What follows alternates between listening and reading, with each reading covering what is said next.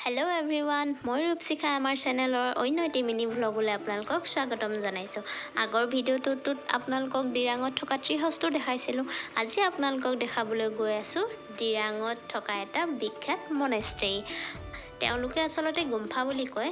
ইমানেই ধুনীয়া এক পৰিৱেশ, আপোনালোকক কি ক'ম, ভিডিঅ'টোত চাই চাগে আপোনালোকে ইমান গম নাপাবও পাৰে। তালৈ গ'লে যে মনটো একেবাৰে পবিত্ৰ হৈ যায়, তাকে আপোনালোকক দেখাবলৈ লৈছোঁ। আপোনালোকে ভিডিঅ'টো শেষলৈকৈ চাই কেনেকুৱা পালে জনাবলৈ নাপাহৰিব, আৰু শেষত ফটো কেইকপিমানো এড কৰি দিছোঁ।